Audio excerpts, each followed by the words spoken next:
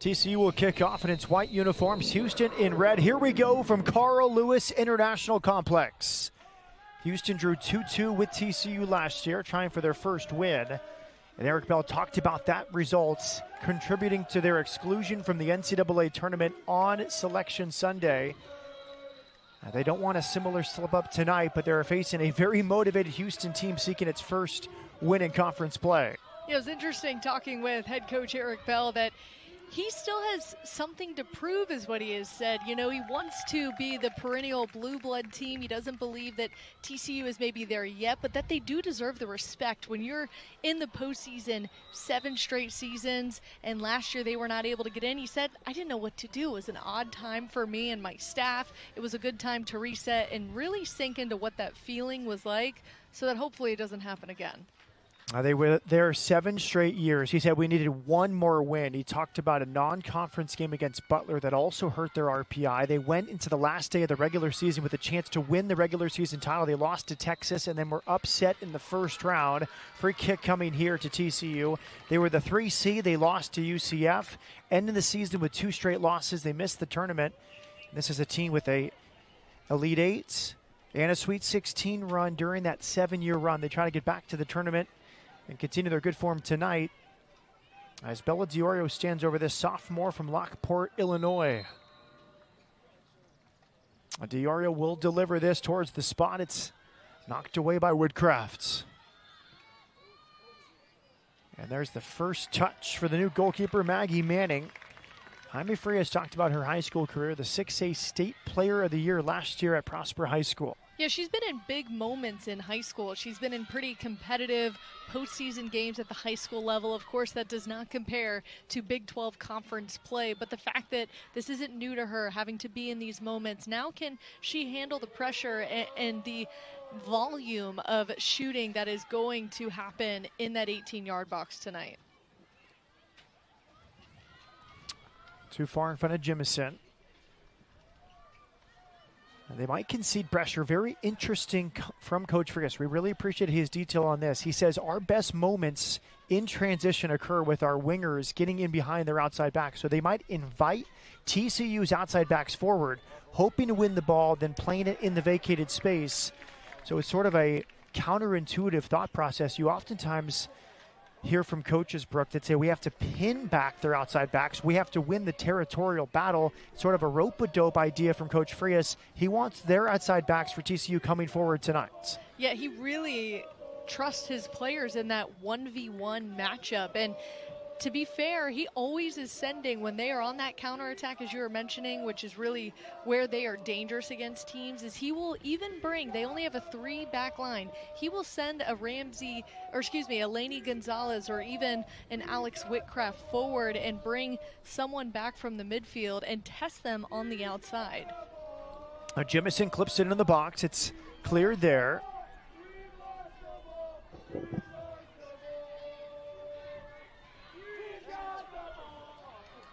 Whitcraft watches this one out as a throw in for Houston. Let's go down to the sideline with Vicente Garcia.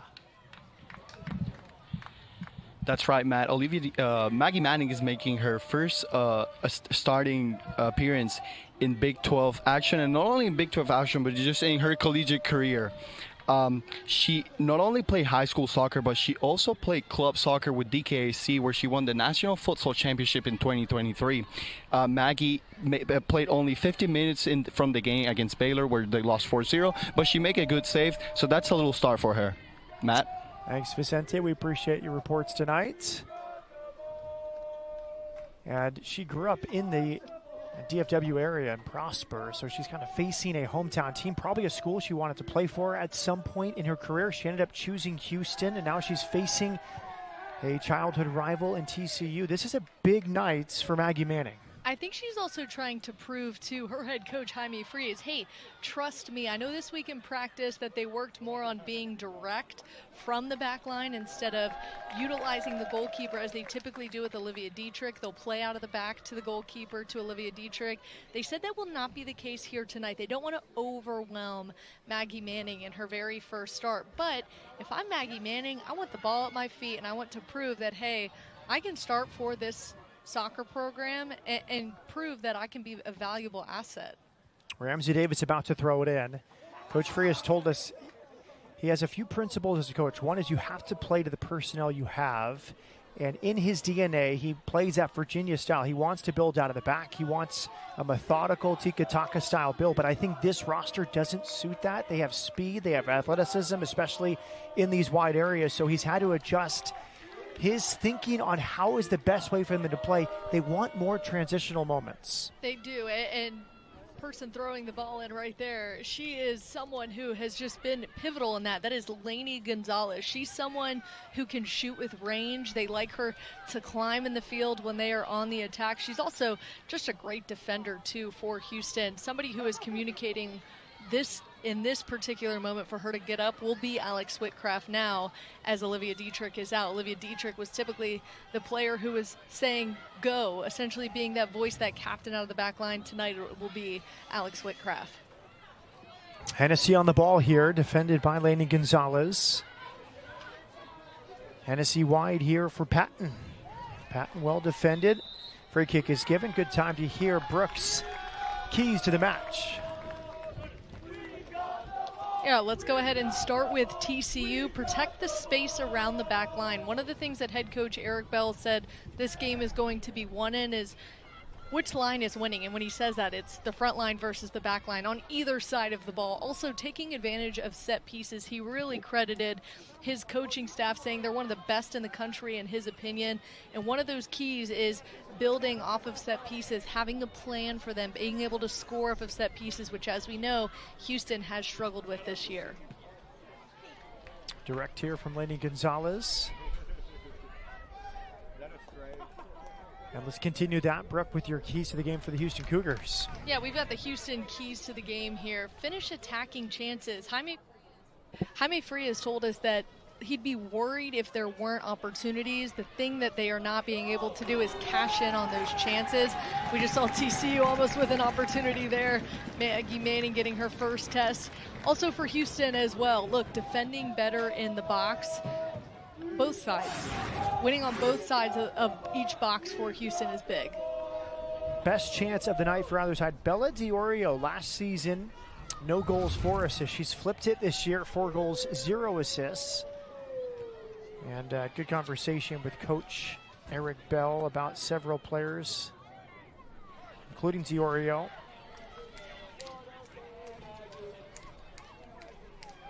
Nickname for Diorio is the Turtle.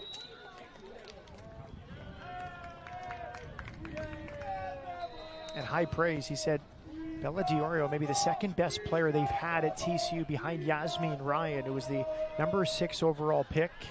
Currently playing with Gotham and scoring a lot of goals in the NWSL. She's won the last 2 NWSL titles. So you're in the conversation with Yasmin Ryan. That's great company for Bella Diorio, number 11 here for TCU. Yeah, how about that for high praise? Being told that as long as he has been the head coach at TCU, she's likely the second best player he's ever had. Obviously in very good company with Yasmin Ryan. One of the things her teammates call her in practice is Turbo. Now, he said that he doesn't necessarily call her that, but she is quick, she is speedy, she's great when it comes to 1v1. She's also really good at having a quality flank service, and of course coming from a hardworking family there in Illinois. Here comes Turbo on cue. And good tracking back from Ramsey Davis. We're seeing Davis in a deeper position. And that's a good illustration. There's Davis, who's, in my opinion, an attacker. She would describe herself as a forward, as a winger. And here she's playing as basically an outside back, trying to invite the outside backs into the Houston defensive third. So then when Houston wins the ball, they have more space to play into. Yeah, that's really Houston's goal in these games is finding the open spaces. That's where head coach Jaime Frias says here's a chance here for TCU, centered and clear. That was so close at the near post. Good push forward there from A.J. Hennessy. What a great drive there by A.J. Hennessy. Love seeing a player drive right at the near post and then try to find feet. And now Houston with an opportunity. Maddox over the top for Jemison. And Lauren Memoli off her line. Plashko makes the claim. She gets the start. A good question from you about the goalkeeper situation for TCU. They're a very good team. Here comes Manning. She mishandles. It's bobbled and cleared. Referee had a good view of it. Now she's scrambling back to her goal line. It was an initial bobble there from Manning. And TCU still pushing forward now in the area. Hennessy does well.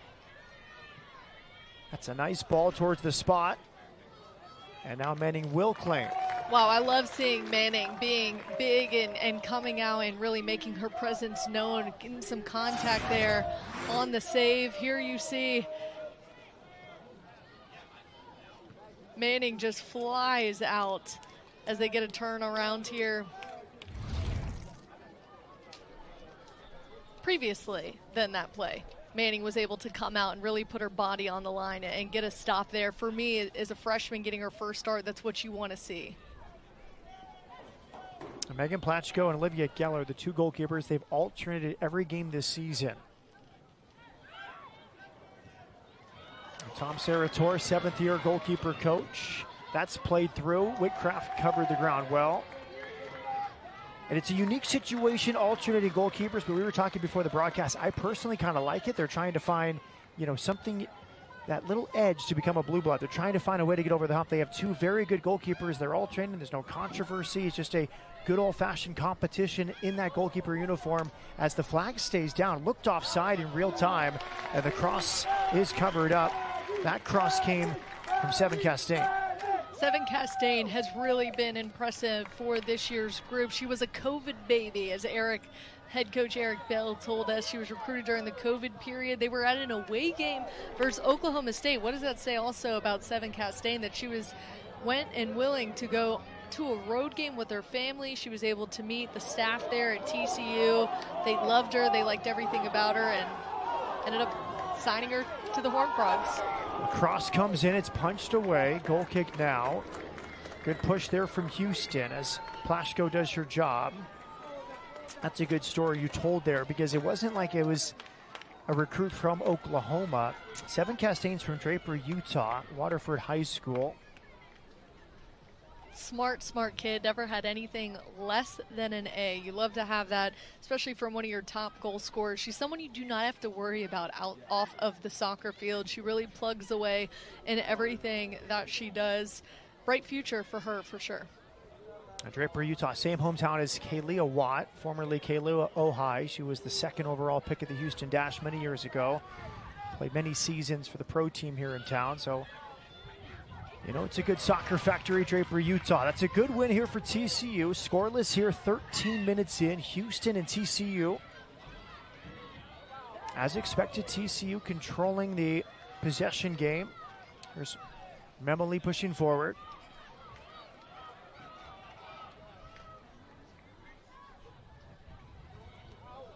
Missed clearance, and now finally cleared. Juliet LJ Moore back to defend. Bella Diorio, the service she has had early in this game, she has really been just a key piece for this team. I know we were mentioning her turbo, but she has that goal-scoring ability, but what was highlighted in our call with her head coach was the quality flank service, and that's exactly what we're seeing to start this game. Pushing forward with 5. Now the offside flag comes up. Free kick coming for Houston.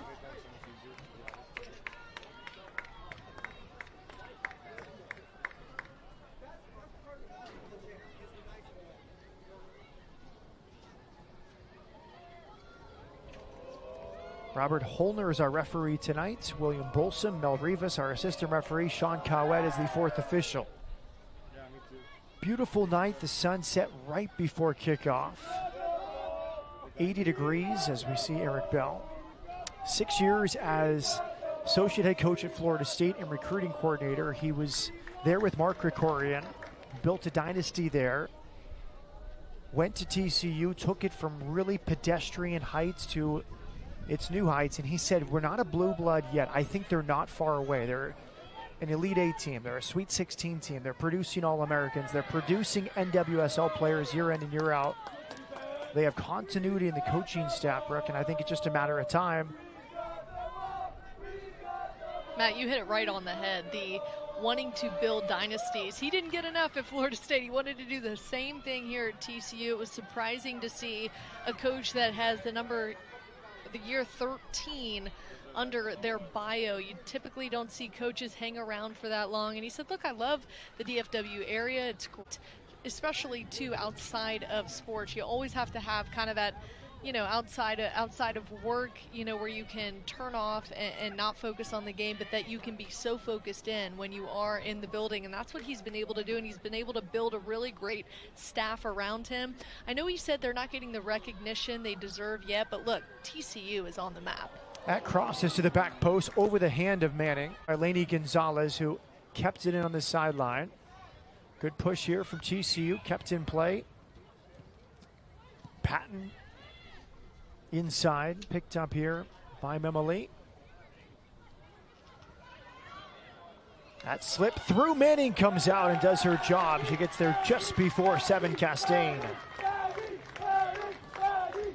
Patton is a name we are going to hear a lot tonight. She is someone who head coach Eric Bell said has the biggest engine on the team. She can run for days, and she's also comfortable at beating players in the attacking third. There we see her again leading her team on the attack. She's someone who could be the difference maker. Houston has to keep an eye on her.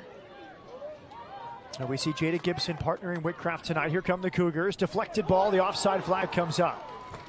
Maddox in an offside position. Referee lets them play, but we've seen Gibson back. She was injured late last season. Didn't play a lot early this season. They go back to the experienced player from San Diego as we see this push forward from Jimison. Great to see Houston, though, in the attacking third. They really struggled in the last 2 games to get this service in the attacking third this early in the game. The fact that they're kind of going toe for toe a little bit to start with TCU, not necessarily the quality shots just yet, but the fact that they're able to put the pressure on TCU's backline early has to be encouraging for the Cougars.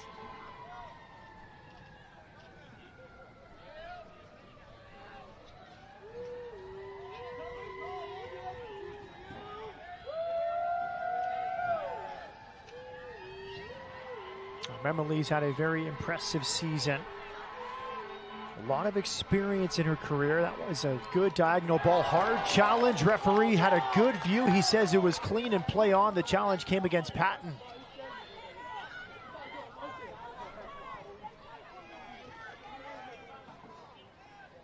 Here's where that rest defense comes into play. We've heard it several times from head coach Jaime Frias that on these counterattacks, whether you're on either side of it, the rest defense is so important to get back. And Houston now is able to kind of control things from here.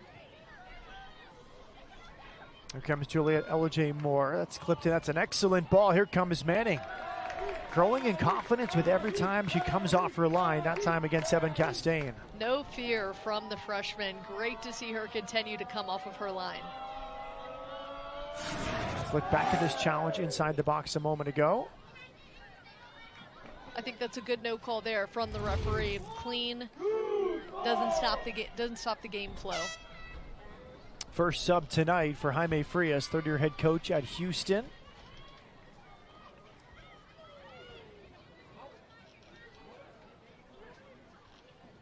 KK Kaiser comes on for Casey Maddox. Casey, the younger sister of Cameron Maddox. So cool to see that. You don't often see 2 sisters on the same team, but let alone 2 that are on the field at the same time. Great to see that. It's the first time at Houston that 2 sisters have been on the field at the same time. Castaigne is onside against Manning. Manning does really well with an outstretched leg. Castaigne retrieves it, blocked by Manning and cleared. Big save for Manning against 7 Castaigne. Yeah, give her that chest bump, Alex Whitmire, or Whitcraft. I saw that. Look at this. 1 block, and then another shot block coming here. Wow, for the freshman to be able to withstand that. And then you see, of course, her center back, Alex Whitcraft, coming to give her the high-fived, much deserved. She is definitely showing Jaime Frias, look, this is what I'm about. I can handle this moment.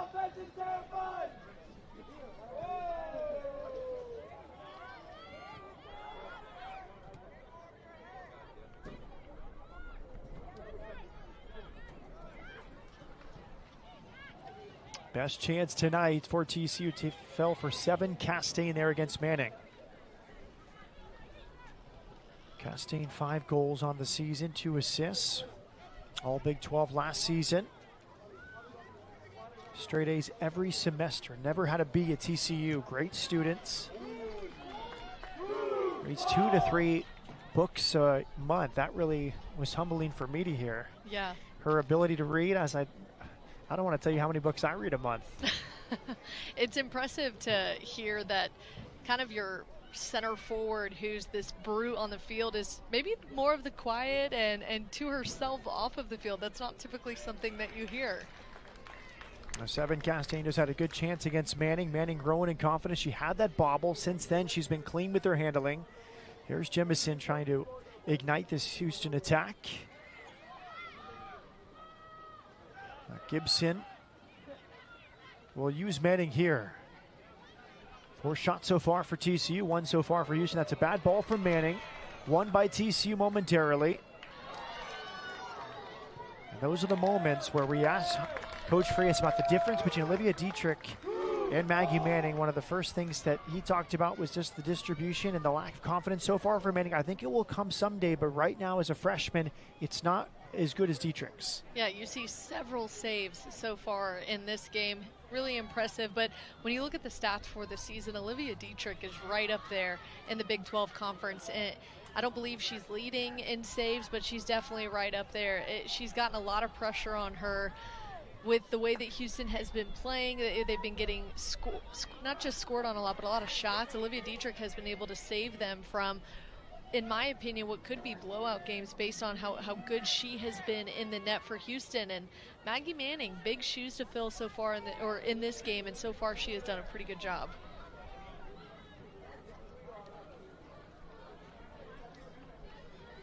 Watched out by Davis for a goal kick. You have 53 saves so far this year for Olivia Dietrich.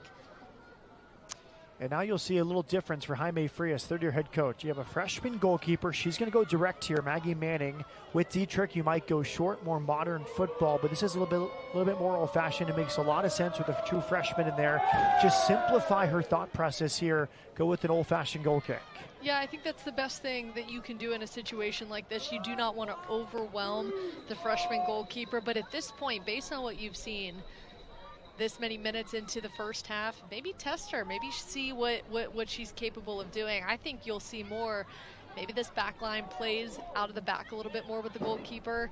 That's not what they've practiced this week, so we might not see it. I wouldn't be surprised if we don't. They've been more direct this week in practice, but credit to Maggie Manning holding her own, and you see her now stepping high off her line. A free kick is given to TCU. Let's go back to the sideline with Vicente. Like you guys already mentioned, Olivia Geller and Megan Plaschko have been rotating in TCU's goal. I spoke to Coach Bell, and he said that there are 2 really good goalkeepers who have earned their playing time, and this is a way to reward them. Coach said that at this point of the season, you can usually tell which goalkeeper is better than the other, but this has not been the case at all. He told me that Coach Torre, who he considers the best goalkeeper in the nation, the best goalkeeper coach in the nation, I should say, he feels comfortable to play them both, and we can expect to see this kind of rotation in the future. Matt? Long range shot is off the mark. No deflection will be a good goal kick. One of the better pushes we've seen. Houston wants to play in transition. That was one of their best transitional moments here tonight. Yeah, Juliet Moore, who has several goals to her name this year. She had 3 goals against Texas Tech. She was huge in that game. I know that Houston is wanting to generate more scoring. Having her on the field, they can get there. Yeah, just to cap the thought from Vicente about the 2 goalkeeper situation, they've alternated every game. That's been the plan all along. You have a freshman from South Lake Carroll High School in Texas, and Olivia Geller, and then you have an experienced goalkeeper in Megan Plaschko. She's a 5th-year senior transfer from Minnesota. So I think a perfect situation because the freshman can watch the 5th-year senior who's played a lot of games in the Big Ten, watch how she manages her back line, watch how she manages the game, and then she's not thrust into a spot next year as a sophomore where she has no experience. And the other side is if she was the starter, you're throwing a freshman into that starting role. So it's a good balance, in my opinion, in how TCU's handled the goalkeeper situation. I like that it's consistent, that no one has outright won the job yet, so you continue to keep it consistent. One gets the start here, the other gets the start the next game, until you see that clear, hey, I'm walking into practice or I'm walking off the field of a game and I'm saying this is my job now. Head coach Eric Bell said he hasn't seen that yet. It's not that there's a missing piece, it's just that kind of like bravado of, hey, I just prove that I'm the starting goalkeeper and that's how the rest of the season is going to go. But no matter what happens in this case, it benefits you at the end of the season too. It's alive for Houston here, and now that's cleared. The wind is blowing towards TCU's goal, and it was a bit slow on the clearance there from the Horned Frogs. Pushed wide here for Lainey Gonzalez. Player remains down in the area for Houston on her back, between the penalty spot and the top of the box there.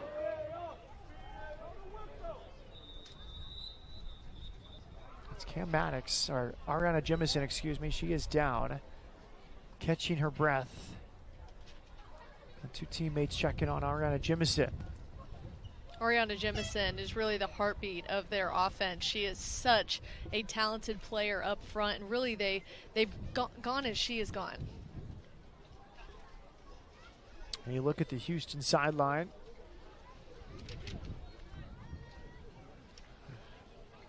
Jordan Whitaker comes on for Evie Baker, a freshman from Littleton, Colorado.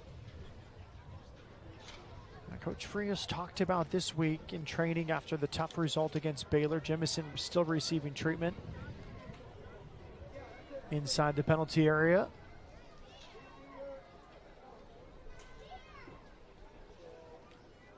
Coach Frias has talked about the captains of the team being very vocal and good leaders this week. Let's watch this once more. Jemison, number 7, right there.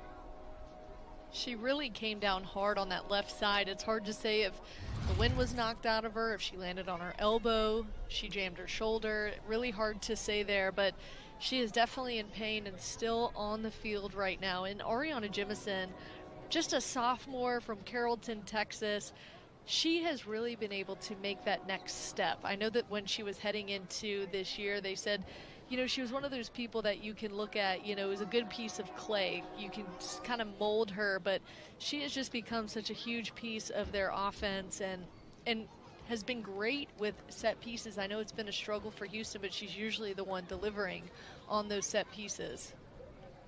Jemison off her back now.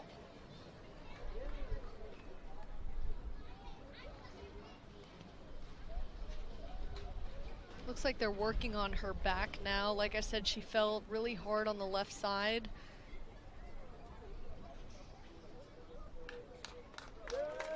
Coach Free is taking a moment to coach his troops. A challenging time. He said sometimes you're a bit unlucky. Last year they were heavily outshot by West Virginia. They beat them here at home. Some results went their way last year. The results aren't going their way. Eric Hill agreed, said they're not as bad as their record might indicate. They've been unlucky in the last 3 games. Coach Frias talked about expected goals. Over 3 against Baylor for Houston. They had 18 shots but didn't score. They just need to be a better finishing team and put away the chances they've had in conference play. Yeah, they've been creating the opportunities, just unable to finish. And at this point, when you are on a 3-game losing streak to start conference play, it can be tough. And he said you can see the kinks in your armor when your team starts losing, but they have been able to kind of inspire each other in practice. The captains have been vocal, and if there's one thing about Jaime Frias, he has kept it positive anytime this team has gone through adversity. He believes in this group. TCU substitution in the 25th minute. On for the Horned Frogs, number 13, Jordan Whitaker, and number 14, Caroline Kelly.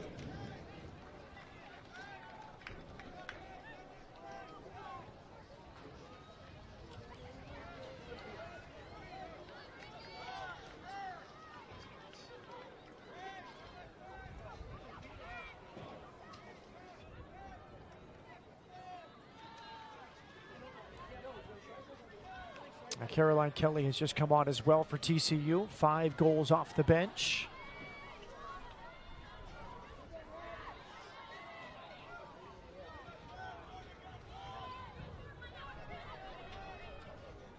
Kelly came on for Evie Baker, and Whitaker came on for Bella Diorio. Again, the substitution rules, no re-entry in the first half. Each player is allowed one re-entry in the second half in the women's game at the college level.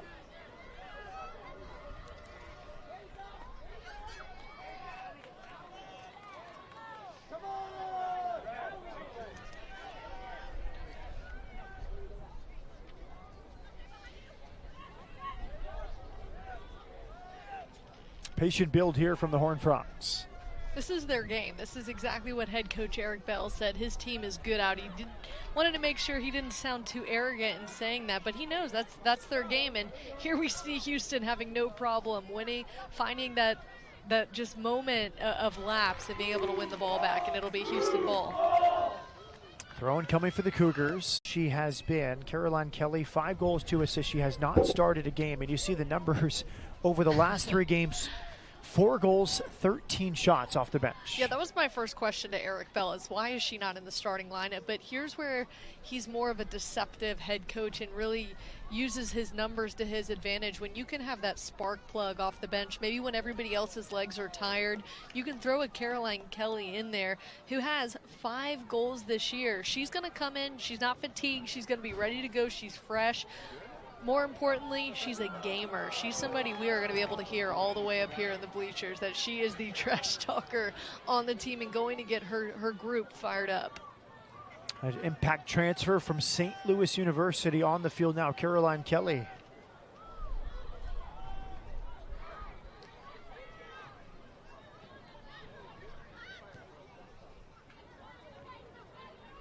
Cameron Patton here, freshman at a UT High School in Austin. Good work from Maddox, helping out in midfield to win it. She's launched this attack with KK Kaiser.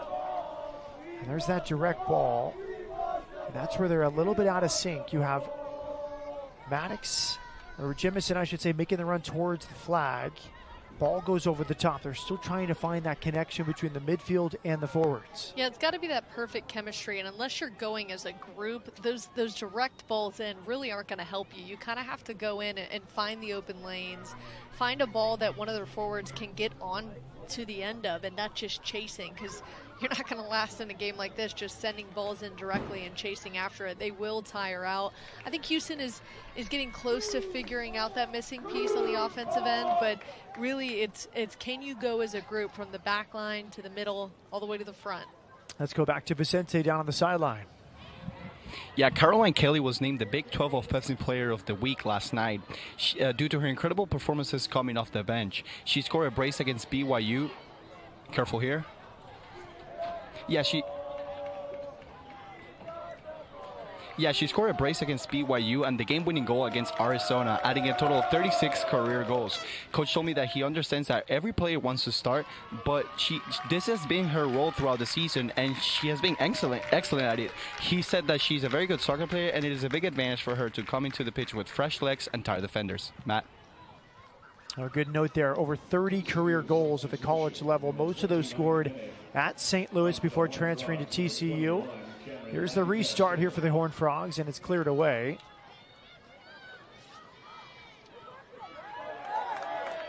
Cam Maddox. And the ball is behind Jemison. Again, the frustration for Houston mounting because that final ball has just been a little bit off here in the first half. You see the frustration there from Jemison, kind of just drops her head a little bit. You saw a little bit of that in their last home loss, but the one thing this team has not done this year that head coach Jaime Free has made sure that we were listening in was that no one is pointing fingers, that this is a group that is looking at their losses collectively and trying to figure out what is going on. Why are we not generating more scoring, not just shooting, but scoring? And I think this group will eventually figure it out. You're just going to have some tough opponents along the way. It doesn't help when you're facing a top 25 opponent. One of those changes a moment ago for TCU. Cameron Lancaster came on for A.J. Hennessy. Lancaster, a senior at Lake Ridge High School, Mansfield, Texas. Good strength here from Castaigne. Her shot is covered up by Manning. Something out of nothing there from Seven Castaigne. She is just really impressive. She's someone that your eyes go to every time that she's on the field with her goal scoring and her ability. Here you see she's not afraid of the moment. She might not have a clear view of the goal, but she knows where to put it on frame. Credit to Maggie Manning for being ready. There's a good return ball. Lainey Gonzalez is joining. She's at the near post. It's saved. Excellent save against Lainey Gonzalez that time. Megan Platchko with a great reaction. What drive from Lainey Gonzalez to really, at will, force that near post and just continue to drive and then try to cut it back. Unable to find feet there, but what an opportunity for Houston. Those are one of those chances that they're just right on the cusp of being there to score a goal. Can they take advantage of those chances? That was a really great opportunity there set up by Lainey Gonzalez. What an excellent save there from Megan Platchko. That's a goal against many opponents, but not TCU. The Minnesota transfer passes her first major test, and I love the timing there. Lainey Gonzalez never rushed it. She stayed on her feet. It was really a perfect run from an outside back to nearly score a goal. I don't think Lainey Gonzalez ever gets tired, by the way. Anytime that you see her on the field, she is sprinting from goal to goal, not just sideline to sideline. She has just been really impressive in the workhorse for the Houston Cougars. Whitcraft thought that was a handball. Referee said it was off the hip. Play on for TCU with under 12 minutes remaining here in the first half. A good first half, pretty even between these two sides. Yeah, have to be impressed with your group, especially from head coach Jaime Frias, that Houston is very much in this game and no one's putting their head down. Look, the record, if you throw it out at the start of this game, and Houston is really fighting to claw their way into the back of the net.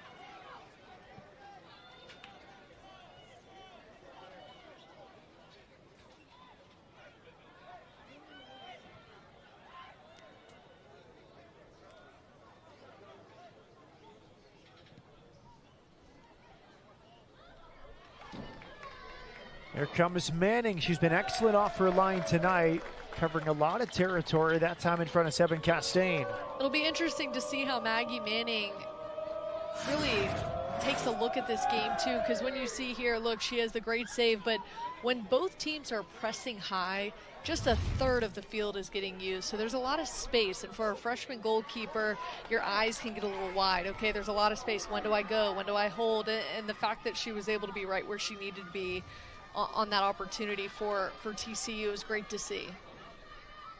Good spell of possession here. It's LJ Moore on her left foot. She loves this left foot around this part of the field, but it's dispossessed here. Here come the Horned Frogs, and now a free kick is given. A yellow card will be shown here. A transitional foul, yellow card to Ariana Jimison.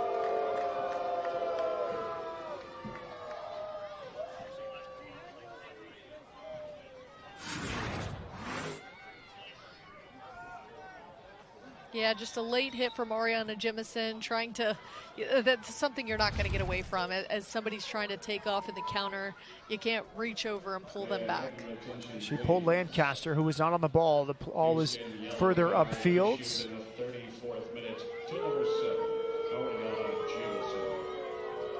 Patton, well-timed overlapping run to the back post, and it's just past the near post. Deflected out by Houston for a corner kick. Perfect timing on the overlap there, as Hannah Alex, as we see right here. Yeah, look at Alexis Folks. She just is able to get on the end of it. Those balls, you really don't know where it's at and the clearance. There really wasn't one. Alexis Folk almost got turned around. The ball went with her, and it was able to go out of bounds. That was Cameron Lancaster, who just drew the yellow card against Jimison. She just came off the bench. She's already having an impact. Here's a corner kick for TCU. Headed out by LJ Moore. That's where that second clearance is so important for the Cougars. It wasn't just the first, but the second. Alive for TCU, back in the middle, and a goal. Right on top of the goal, and she smashes it in. It's Lauren Memoli, known as a defensive midfielder on this year's team, but she was in the right place at the right time. And here, right before halftime, the Horned Frogs jump in front. What an opportunity for Lauren Memoli, who has really had to wait her turn to get her start here at Houston, and here you see she takes advantage of the opportunity. Bad clearance, gets turned around, and is able to put it in the back of the net. Really, really great opportunity there for Lauren Memmerly. Look, when she came in, high expectations, as head coach Eric Bell told us. She didn't necessarily meet those, but she stayed here at TCU and was able to plug away and earn her spot. She's really come over to the other side. Her range of passing is really something that's been unbelievable to watch, but he said she's a winner, and there you saw when an opportunity arose, she took advantage. Second goal of the season for Memmerly. Really smart, opportunistic goal. She recognized where the ball might end up and it found her feet. Here's a cross from Gonzalez. Well defended. That was inviting there from Gonzalez. Back and forth game between the Houston Cougars as well as the TCU Horned Frogs. Love to see Houston still fighting to stay in this game, not getting down. TCU, though, is putting up a fight here tonight. Well, Memmerly certainly experienced. Tonight's her 77th collegiate game. That was her 7th career goal. She scored 4 as a freshman in 2021. Corner kick to the near post. It's cleared. Heavy attention, please. TCU goal scored in the 35th minute by number 33, Lauren Memmerly. Now, Memmerly is a 4-year starter. She's done it all. You said waiting her turn, more of a reserve those first 2 seasons. Now starting here, she's from Santa Margarita Catholic High School, played for SoCal Blues coming up in Southern California. Yeah, she's kind of figured things out and found her role here with TCU. One of the things that was surprising to me, and that will be a foul. Free kick to Houston here. Is head coach Eric Bell believe that she's not necessarily getting the recognition that he believes she deserves, so he's hoping that she's rewarded at the end of the season with accolades. And here you see the foul. Caught her on her back leg. When you don't get the ball there, it's going to be a foul every time. That's not a set piece TCU wants to give up. A throw-in. Opportunistic there from Houston to earn a free kick off a throw-in. As you see the students bringing the noise here for Houston tonight. Dangerous set piece coming. That's wasted from Jemison. Overhit as she targeted the back post. Yeah, unhappy with herself there after the set piece. Wasn't really able to give her team a chance. I would have liked to seen her just go right at the net at that opportunity. Maybe just bend it in, give yourself an opportunity, and if the goalkeeper can't get on the end of it, at least you have a deflection and your team has a chance.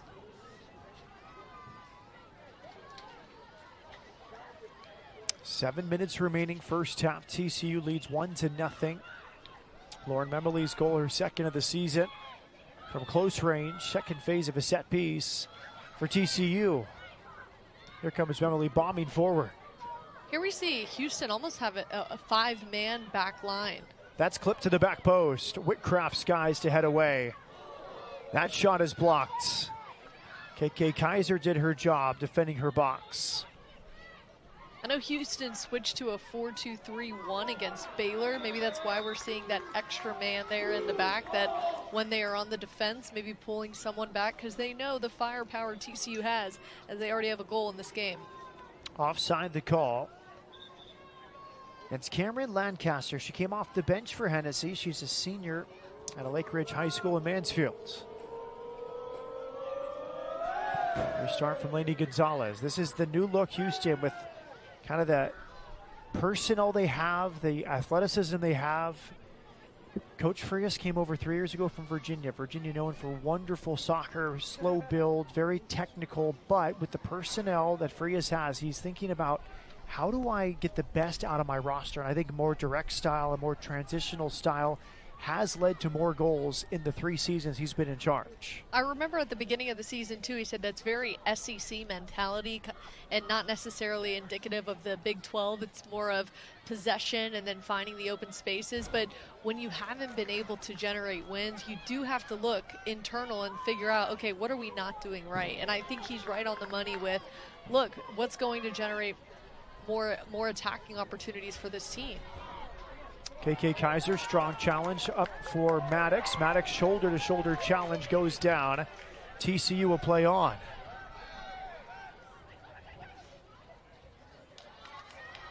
a good diagonal ball. It stays in on the far side for Kelly. Kelly's in the box, and that's saved at the near post. Good foot save there by Maggie Manning, turning away Caroline Kelly, the super sub. Yeah, that's where those fresh legs really just reveal themselves when you're going 1v1 against the back line and you don't have a whole lot of help. She's just going to take it herself. Corner kick coming for the Horned Frogs. Manning, a true freshman at a Prospero High School, getting her first collegiate start tonight. Under 5 minutes left first half, corner kick for TCU. That's driven to the near post. Manning came a long way. Still alive for the Horned Frogs and now cleared by Whitcraft. Jemison scrapping for it.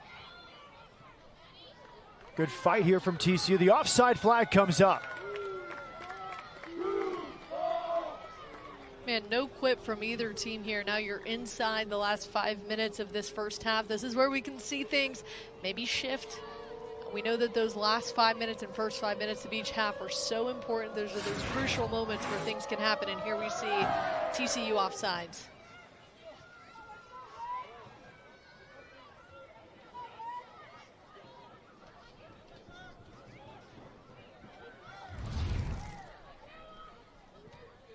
Four minutes left first half. A free kick is given.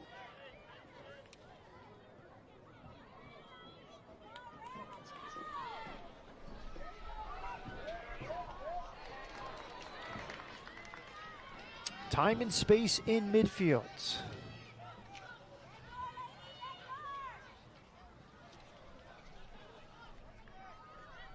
Cameron Patton.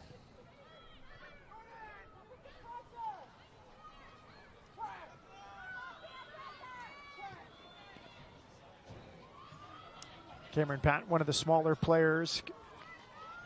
And Coach Eric Bell joked with us. He said, "You've asked about all the tiny kids," and he said with a laugh, "Just so happens that we asked about all the players with the most minutes." Patton's played the most on this team. Cameron Patton came to TCU as a forward, is now a defender. Biggest engine on the team, and that's saying a lot for this TCU group. Yeah, a lot of talent around this TCU roster. Long range shot off the mark. But for Patton, for someone the coach says is short or small, saying the biggest engine on the team, that is saying a lot. She can run for days. I think it's interesting the transition with, you know, that move from recruiting her as a forward to an outside back. I think that could be really dangerous on the attack, that you can trust her to maybe press forward, and also with that big engine that she can run, you know, sideline to sideline and really get in on the attack. Because some coaches you'll talk to about an outside back, they have to teach them to push forward. And as we're seeing here, Patton does not need to be taught. She is a forward at heart. She is pushing forward. She has been straddling this offside line time and again. Here she is offside. But that's the instinct that you want from a former forward now playing outside back in modern soccer. Absolutely, and it looks like she's maybe got a little bit of a left wrist injury that she is playing with. She almost has sort of a soft cast on that left wrist. She's someone that is going to, for the entire 90 minutes, continue to run for this team. And what's good about her is Coach doesn't have to remind her to be who she is. She's someone who kind of just goes as she goes and is able to be the player that they recruited her to be. She wants to be really good. She's super competitive, has all the quality things you want. Now, some coaches will try an outside back, maybe not used to the position, and they're begging them to push forward more and take more risk. Not the case with Lancaster, a former forward. She wants to go, she wants to score and set up her teammates. Excellent first half. Matt Peterson with the former Lamar midfielder Brooke Kirchhoffer.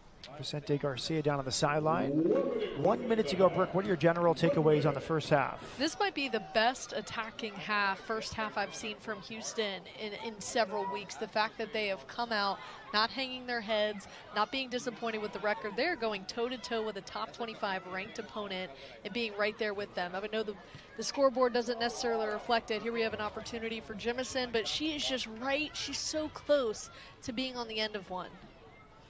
That ball just a bit heavy from Lainey Gonzalez. Into the hands of Megan Plashko.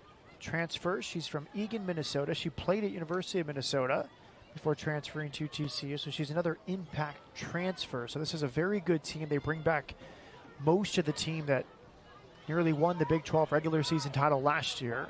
They add some impact transfers, and they're off to a good start. 2 wins and a draw from their first 3, including a big win against BYU earlier in conference play. Top 20 team.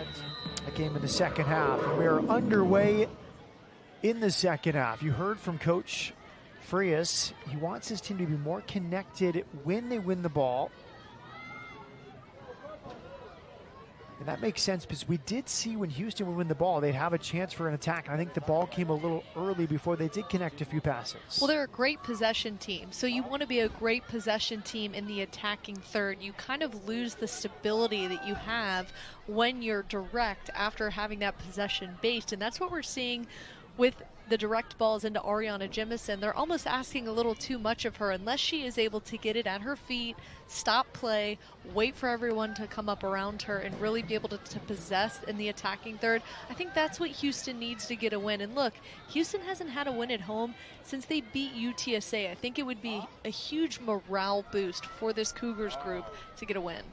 And right now, this looks more like a 4-4-2 right now with Jemison and Cam Maddox up top, partnering as the forwards, either a 4-4-2 or maybe a 5-3-2 with the wingbacks as Davis pushes forward. I like that change, getting more numbers up, finding your help. That's going to be important for Houston if they want to generate some scoring in the second half.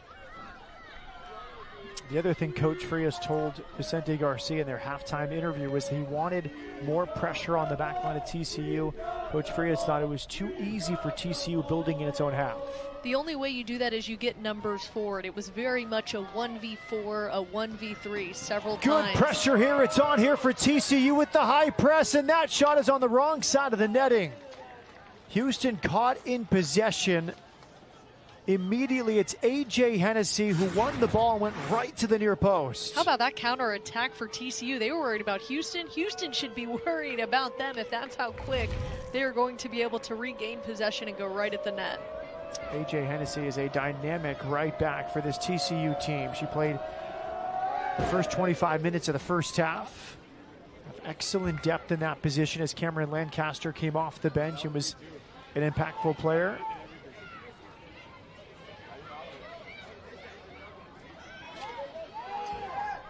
A.J. Hennessy at Norco High School in Southern California.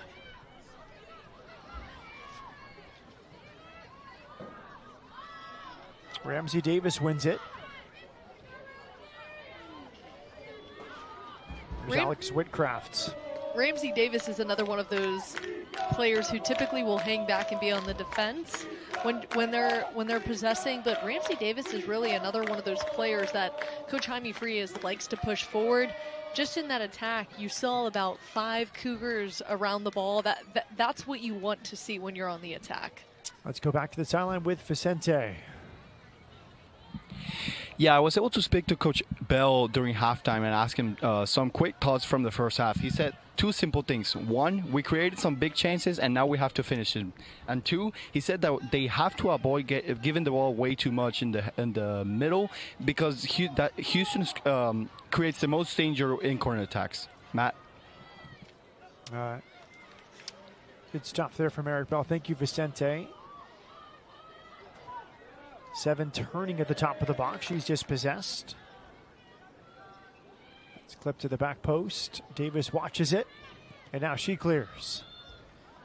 Now, Coach Bell indicating what we've talked about all night, that Houston's very good in transition. So a turnover in midfield for TCU is dangerous against this Houston team. Yeah, I want to highlight this TCU staff and the way that they go about preparing for their opponents. The reason why they have had so much success early on in this game is because of that preparation. His entire staff, starting with Ryan, the associate head coach, he's from Dallas, one of the best in the country. He is that attention to detail guy. He's really good at breaking down the game for the players. And then you have Tom, who's one of the best goalkeeping coaches in the country, according to his head coach. The proof is in the pudding because they have a lot of girls that have gone pro. That's impressive when you can say that. And then, of course, Madison, she's got that photographic memory. They call her the almanac because of how much she is able to retain, and also in recruiting, remembering the girls who have really impressed. There is Ramsey Davis.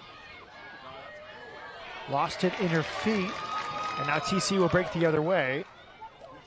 And just to give some context, Ryan Higginbotham was a local coach in Dallas when Eric Bell came over from Florida State. He's been with Coach Bell since day one.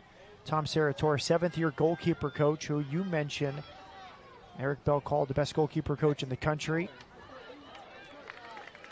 And Madison Kroger, second year as the director of player personnel, big part of recruiting, remembering those faces and names and clubs and hometowns and favorite meals and what a player had for breakfast is how Coach Bell described it. Hey, it makes a difference when you're on those recruiting visits and a coach is able to really key in on a player and show that they're worthy of knowing all of those things. That's something that you remember when you're on these recruiting visits is, wow, that coach knew just about everything about me. They must really be interested.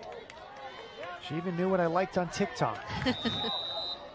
Delayed free kick is given right at midfield. Houston has it. Advantage was played initially, then once it was lost, free kick was given. Can Houston capitalize?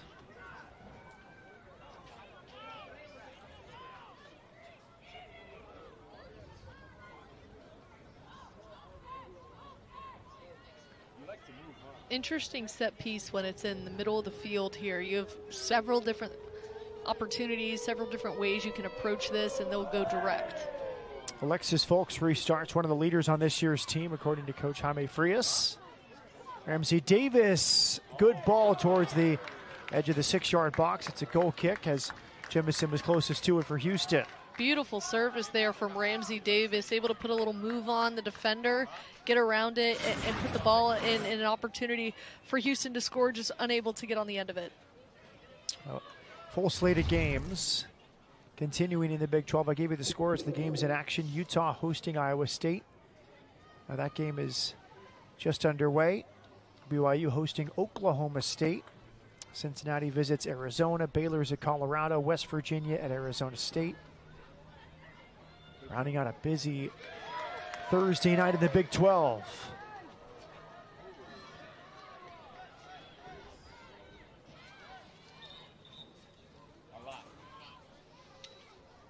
Megan Platchko, a transfer from Minnesota. Substitutes getting loose on the TCU sideline. A player down for Houston right at midfield.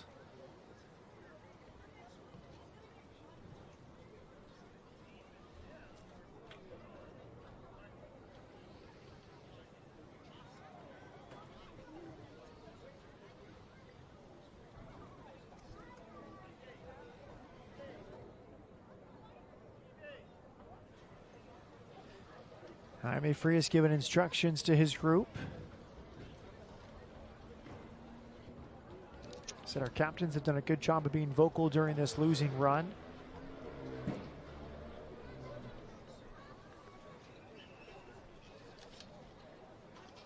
Looks like it's just a cramp for the Houston Cougar that is currently down on the field.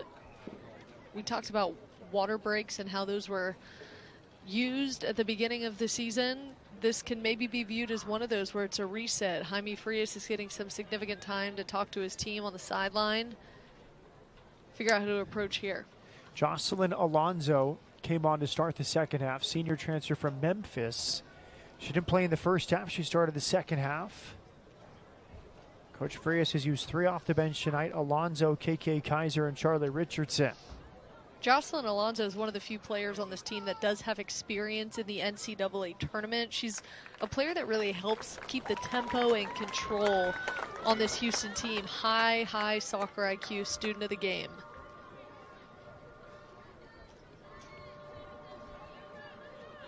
Jaime Frias grew up in Houston. It'll look like she's going to stay right there with and she's right back in the game. A great run as an assistant coach at Virginia after time as a coach at Stephen F. Austin and University of Nevada, Reno. But Virginia is really where he attracted attention. Came back to this perfect fit job back in his hometown of Houston, Texas, trying to revive this program. Even the background, too, of coaching at the club level does a lot here in Houston. That's really where these college coaches are able to find their talent, and in Texas, it's one of the biggest states for women's soccer.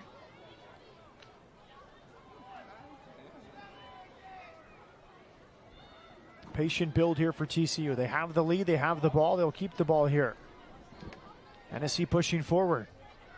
Into the box, good run here. That shot is past the far post. Crafty flank play on that right side from Hennessy. That's the service that head coach Eric Bell wants to see from his team. Not just the big crossovers or the direct ball, but the quality flank service. And here you see that here from Hennessy as she drives. That's Cameron Patton, who just came off the bench. It's a dynamic duo with Hennessy starting. Patton replaces her. Here's Patton on the ball here with a lot of space. Jada Gibson trying to shoulder off her opponent in 7, Castaigne.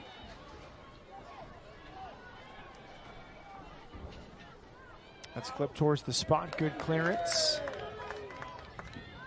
Cam Maddox with the release here for Jimison. Great clearance there from Houston, and also a clearance to be able to give your forward a chance. Wasn't able to hold on to it there, but for Houston, when you're in that high level, just wanting to get the ball out in a good clearance, the fact that they were able to adjust it and get it near Ariana Jimison, it now sets them up in good field position.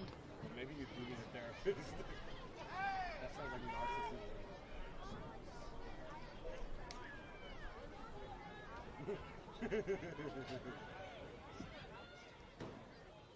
Castaigne does well with her back to goal. So then why do you need therapy? It sounds like everyone else might need therapy. Lancaster. Back to the goal scorer. Lauren Memoli. This is good from TCU. They've launched this attack. Back wide for Lancaster. She's in possession here. Defended by Lainey Gonzalez. Step over is here. Pull back. Clip to the back post. And a good catch from the freshman in her very first start, Maggie Manning. Really impressed with the way that TCU attacks as a group. They're not just sending the ball forward and asking their center forward to do all the work for them. They're really able to possess well in the attacking third, and I think that's the missing piece for Houston, and that's the success that TCU is having in this game. Good turn from Diorio. Whitcraft covers the ground. She tried to prevent the corner, but she could not. Corner kick coming for TCU after a slick turn there from Bella Diorio.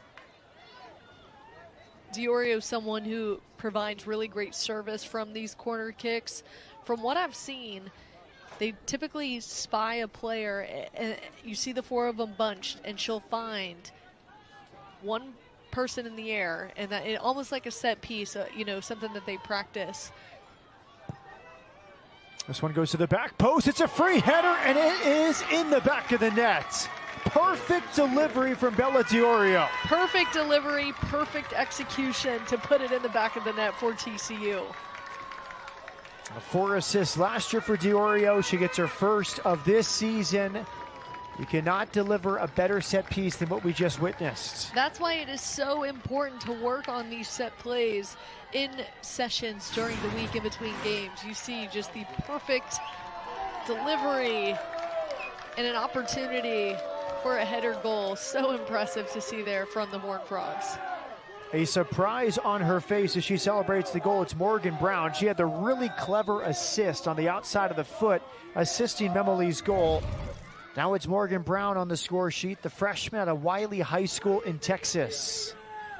Another one of those. Being from Texas, it means more when you're playing another Texas team, especially in conference play. The smile and shock on her face was everything. Now Morgan Brown, the freshman, it's goal number 2 on the season. She scored against BYU. That was that freshman onslaught where 4 freshmen were involved in the 4 goals.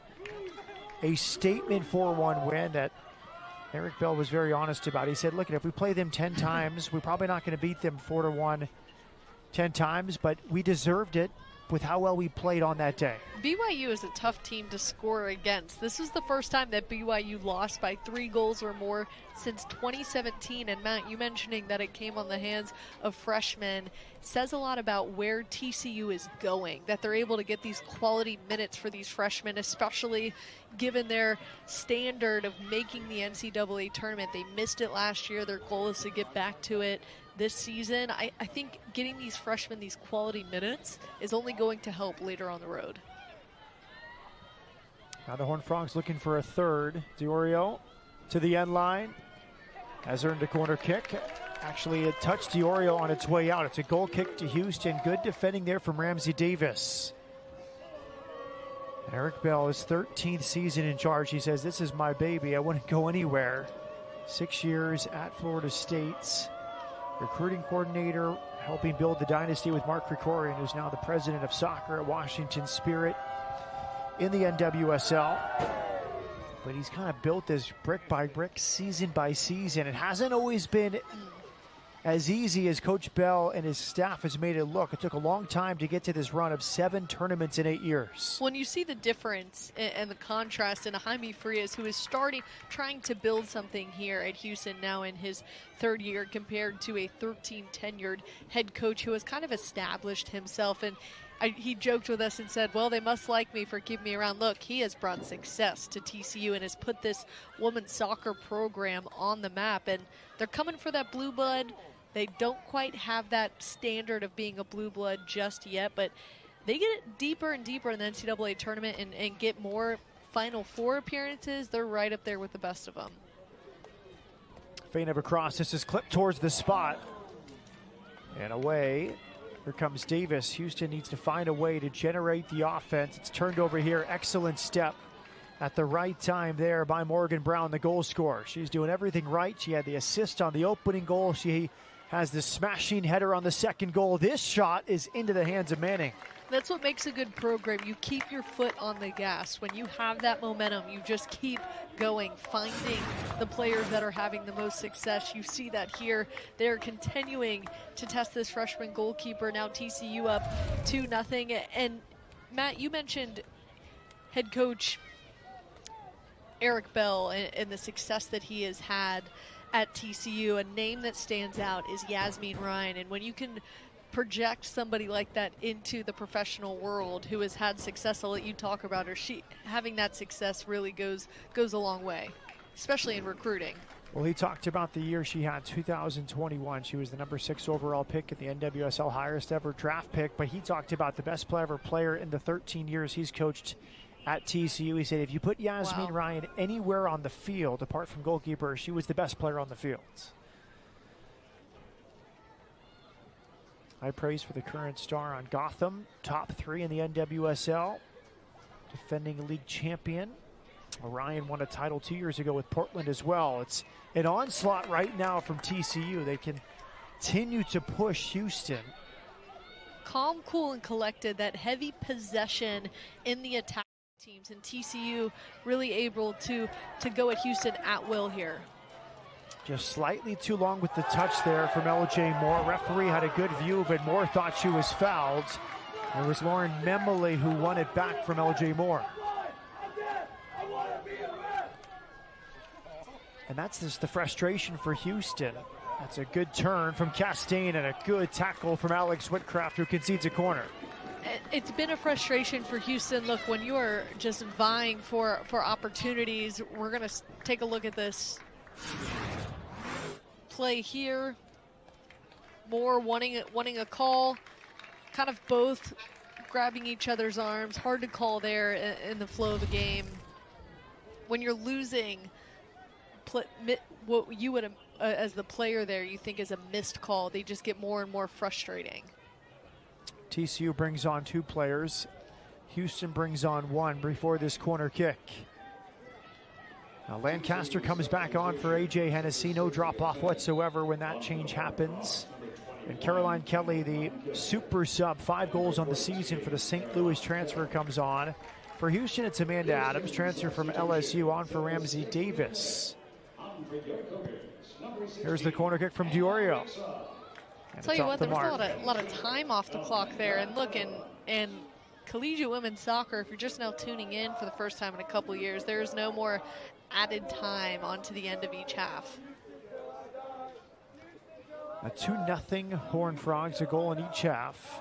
Lauren Memoli with the opener, then the freshman Morgan Brown.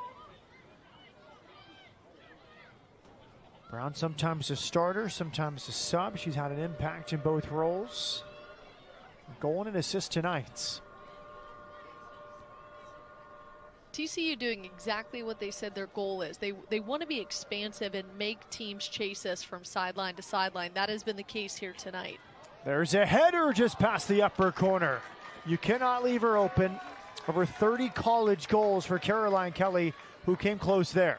Caroline Kelly always has fresh legs. She is not somebody who typically starts in the games for TCU, but she is someone who is currently leading right now, or tied right now for most goals scored this year for TCU because of those fresh legs, that spark plug off the bench, and almost just really the secret weapon for TCU.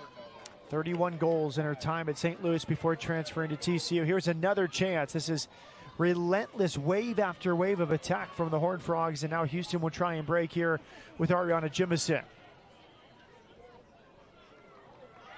Jimison spins out of it in front of her bench. Jimison still on the ball. Wow, what great play from Ariana Jimison to hold on to it in a 3v1 situation, wait for her help, and now Houston on the attack. Whitcraft is joining. It doesn't come off there. LJ Moore left it for Cam Maddox. Maddox wasn't quite ready for it. You saw kind of that little trickery went through the legs. When you're down 2-0, maybe not the opportunity to do that. When you get an opportunity in the attacking third like that, get a stomp on the ball and find feet. You see the coaching staff, Flora Benatar, associate head coach, alongside Jaime Frias. You saw Jalen Cunningham, the goalkeeper coach. Megan Plashko, transfer from Minnesota, gets the start tonight. A freshman waiting in the wings for the game at Baylor, and Olivia Geller, the freshman out of South Lake Carroll High School. Love the communication I'm seeing from Megan Plashko out of the back. She really is the voice piece for this team when they are in on the attack. And here she goes again. You see the voice. Good defending. And a goal kick coming to Houston from Ana Reza, who did well. And now another change for the Cougars as Frias goes back to the bench. Yeah, Plashko, you see her speaking directly with her assistant coach. She's somebody who is just, as we've seen in this game, just incredibly vocal. I know when you have two goalkeepers that are still vying for a starting spot, that something like that is going to set you apart, to show the coach, hey, I can control everything, I can reset things from out of the back. Charlotte Richardson comes on out of Ridge Point High School in Missouri City on the south side of Houston. Diorio bending, and her strike is into the hands of Manning. Diorio reminds me really of that old school soccer player, kind of like this is a high praise, but Abby Wambach comes to mind, just that aggressive, I'm going to come at you the entire game, do not leave me open, right? Very direct. I like that shout, because we've seen her go as a true winger down the side with the delivery. That time she cut on her right, and that face says it all from Eric Bell. High praise for Diorio, maybe the second best in the 13 years he's been at TCU, behind Yasmin Ryan. Yeah, she backs up that high praise. I love the nickname Turbo, because it's really who she is and what we've seen from her play. She really does whatever her team needs her to do, but when she is on the attack and she's able to spin off the ball and turn, she is really, really dangerous. Yasmin Ryan, former All-American. You have Messiah Bright, All-American 2 years ago. Katie Lund, a goalkeeper, currently the starter with Racing Louisville in the NWSL.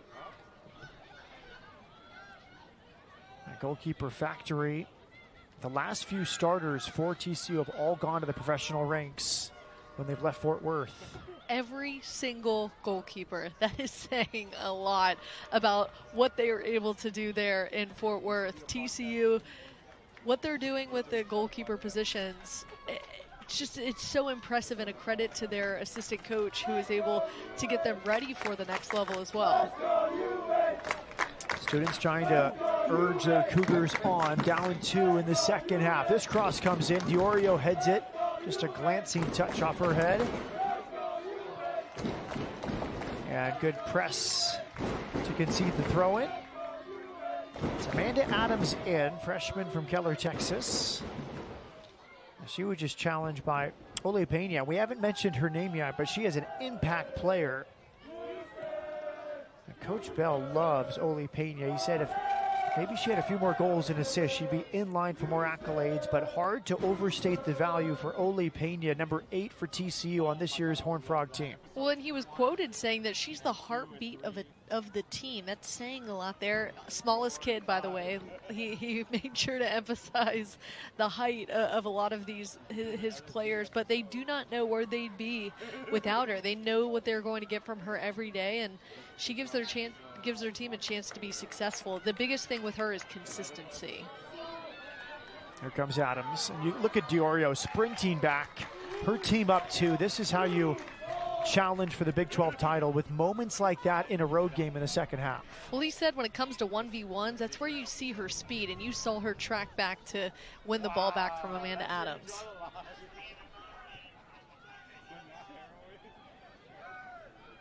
Now Diorio in the attack.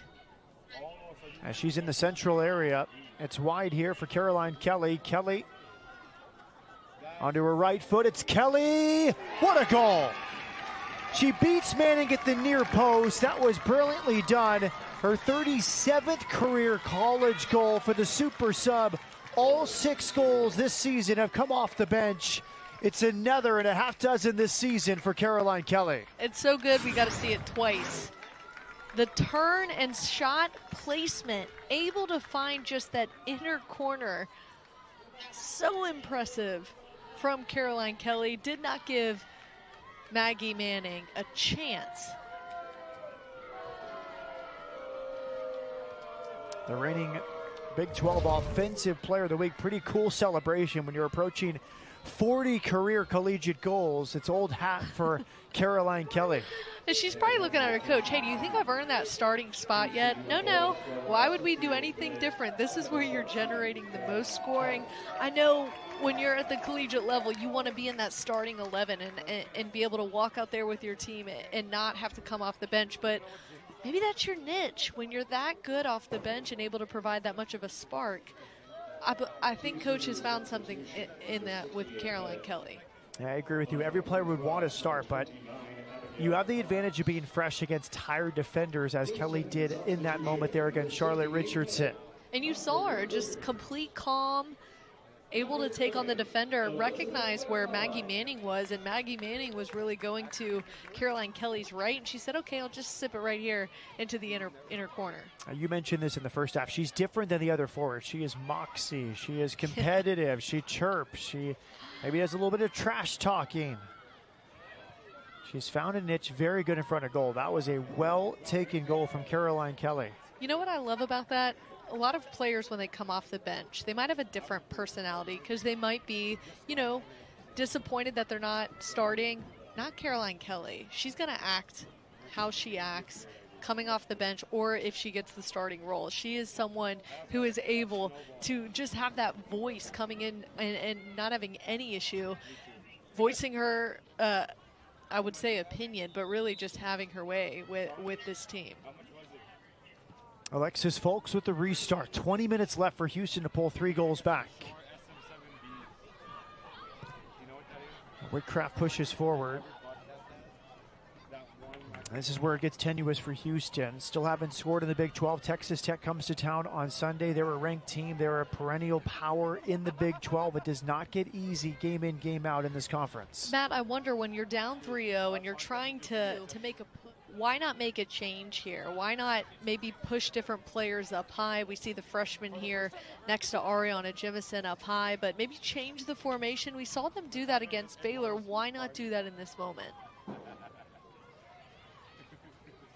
Elizabeth Bigala has come on, freshman out of Concord, North Carolina.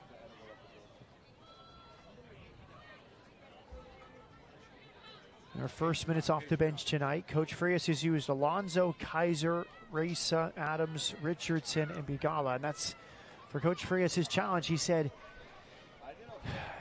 he wants to stick with his principles. He wants to be patient, but you need results. You need to give your team a lift. You need to see the result on the field. So you're balancing the short-term gain with the long-term build of this program. That's a long substitution list typically for Houston. So Jaime Free is really trying to find unique ways of getting more players involved, figuring out what best suits this team. I think he's on the right path. At this point, you do have to make some changes. You don't want to continue to lose games in the same way. It's been a dominant second half from TCU after it was a pretty even first half between the two sides. TCU has scored twice since halftime.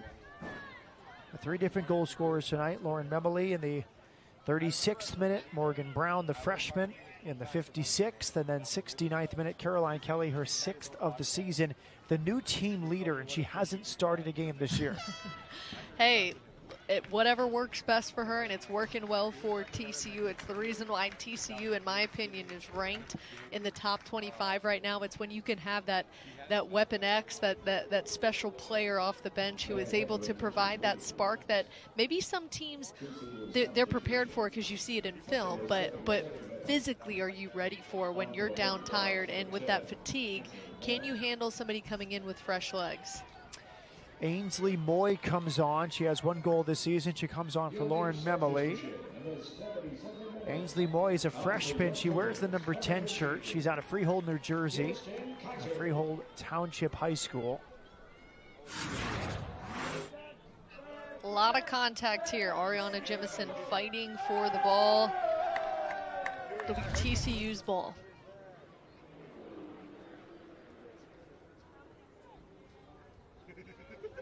I think it just gets back to that frustration too. Ariana Jemison knows her talent. She knows that the offense really runs through her as well as Cameron Maddox. Ariana Jemison, to me, when you can get her in space and she's facing up, is one of the more talented and dangerous forwards in this league.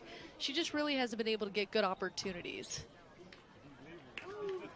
Goal kick is coming. Ainsley Moy played for PDA, a powerhouse club in New Jersey. She's given the number 10 shirt. Brooke, put that in context for the audience. A freshman given the number 10 jersey. Yeah, it says a lot about who they believe she will be in the collegiate game, and it also kind of puts the rest of the team on notice, as well as Ainsley Moy on notice. Can you handle this? Yeah, it's a huge number in traditional soccer. Oftentimes the most skillful player, the most dynamic playmaker.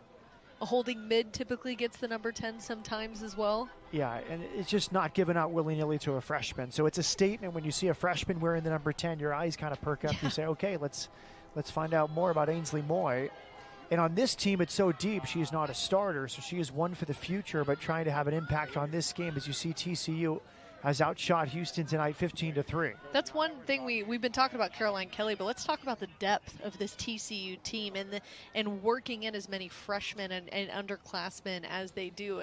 It speaks to Eric Bell's recruiting and able to find talent, not just in transfers, but in a lot of these freshmen. And that's really what you want in a program that wants to have that postseason success. You want to bring these players in as freshmen and build them to what your style of play is, and I think he's able to do that, bringing in these players and saying, hey, I'm going to give you the number 10, prove it, show why you deserve to be on this team. That's a driven ball. Megala challenging. It's back for Plashko, who builds out of the back. Tough position to be in for the Houston Cougars right now. A lot of tired legs, but no one giving up. Here they go, win it back in the attacking third. Can they hold on to it?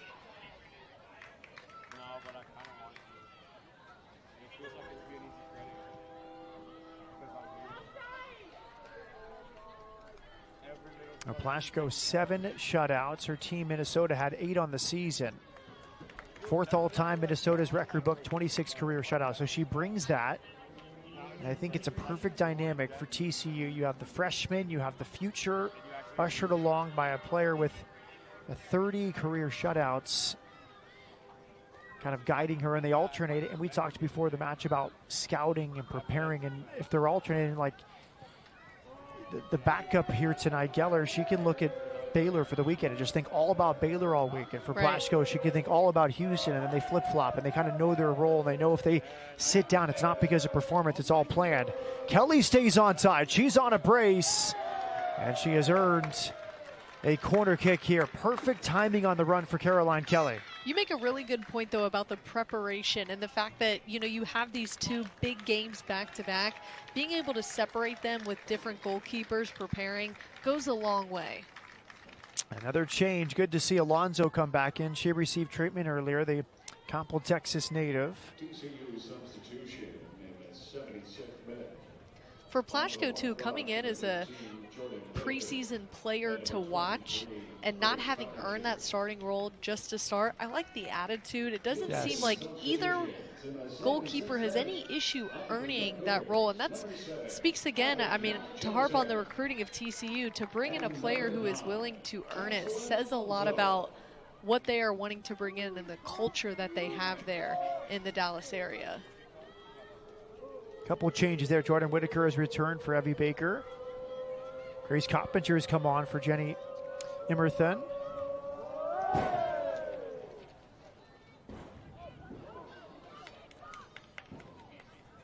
Grace Coppinger, all Big 12 last year. They've done all they have this season without her. She's only played 5 games. Cam Lancaster has only played the last 3 games. They were 2 impact players last season. Trying to build up their fitness levels.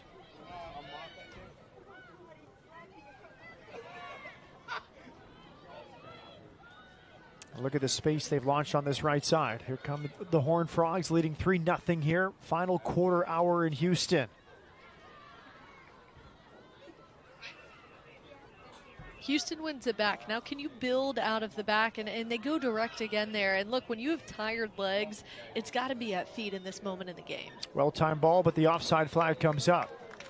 Diorio is taking a more central role here in the second half. We saw her on that left wing most of the first. She kind of has the personality of a center forward, but because she is so talented at really playing anywhere on the field, you can kind of plug her in anywhere. And at this point, when you're up 3-0, maybe try to put this one away with another goal. Why not put Diorio up top?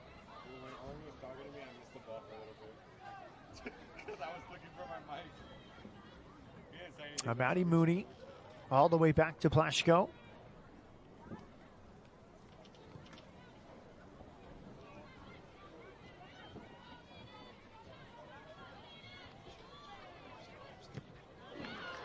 There is Whitcraft on the ball.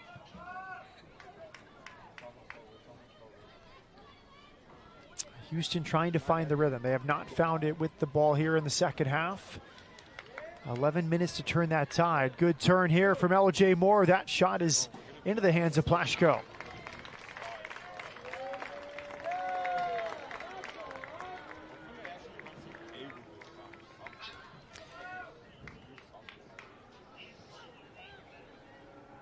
Multiple changes forthcoming for both sides. TCU about to bring on 4. Houston will bring on 2 substitutes. And before those, let's go back to the sideline with Vicente Garcia. So as we can see that Houston is trying to readjust during the second half, we can see that Alex Whitcraft, the birthday girl, is playing as a right back, and that just shows you how much trust Jaime Frias has on her. I think she might be coming off right now from a sub, but I mean, it just tells you how much he trusts her and the different roles she can play. Now look, she's moving towards a center back position. So once again, she is a very flexible player and she can play almost anywhere in that back line. Great stuff, Vicente. I'm going to be honest with you. I think Alex Whitcraft is one of the best players, if not the best player currently on this UH roster. I'd like to see her get more up into the attack. We have seen Jaime Frias, when they are on the counterattack, they have that 3 back line. One will go, holding mid will hold and keep that back line. I'd like to see Alex Whitcraft get in the attack. We saw that a little bit against Tarleton State. Here's Sophia Weber forcing a very good save for Megan Plaško. Weber comes off the bench, first minutes tonight, huge role on last year's team. She's played less than 30 minutes this year. This is what Houston's been missing this season. Here we see the captain take over with some fresh legs, trying to give them a chance. Sophia Weber what an opportunity there, coming in and injecting some life. Look, there's still some time on the clock. You got 10 minutes to go. You're digging out of a 3-goal, hole at this point, but if you can at least, what it would do for the confidence of this team to not have another shutout loss, especially at home, it would say a lot for this program. Weber's been dealing with a nagging injury this year. One of the most important players last year, played center back. She's playing central midfield here. Has played less than 30 minutes, has just never been fully healthy, but they bring her on tonight for the final 10 minutes potentially. Yeah, at the beginning of the season, she really wasn't getting a lot of minutes. She has been chomping at the bit to get in. Of course, an ankle injury, you really have to be careful with it, depending on if it's a high or low ankle sprain. They just never go away. They continue to come back. So being careful with the minutes. They wanted to also be careful, too, that they didn't rush her in too early, because they said her body really couldn't handle a large amount of minutes at the beginning of the season. But as you see, there is a chance for Houston. The shot from Jemison, safe. Rebound is put home. L.J. Moore, right place, right time. And Houston has a goal back with 9 minutes remaining. 4 on the season for L.J. Moore. Wow, the momentum just shifting right now in Houston's favor. You can feel the energy here at Houston. The crowd is going wild. We get another opportunity to see Moore finish it. That's what Houston needs. They're creating chances, but can they finish? Jaime Frias has to be jacked up on the sideline right now, seeing his team get an opportunity to finish. And I don't know if you saw Amanda Adams. She just literally fell to her knees with hands up, cheering on her teammate, Juliet Moore. It was the perfect ball, the perfect timing on the run for Jemison. They finally unleashed Jemison. She had a really good shot on goal that forced a good save from Plashko, and L.J. Moore was there to arrive. So it looked bleak about 5 minutes ago for Houston. They sort of emptied the bench, but now with 9 minutes left, they're 2 goals behind. Juliet Moore has been somebody who has just been a workhorse for Houston, too, in the last few games. She's gotten frustrated with some calls maybe not going her way, but when the game goes to 0, she is typically the person that is running and gunning the entire game. So to see that pay off now with the goal, I say keep her forward, and it looks like she will stay up. And the effort there by Juliet Moore, the slide tackle to try to keep it in play. And I do think Sophia Weber, coming on the field, her first touches launched that attack, and she went for goal herself. Maybe told her teammates, hey, let's try and be a little more assertive here. Let's not let the game come to us. Let's go make a play.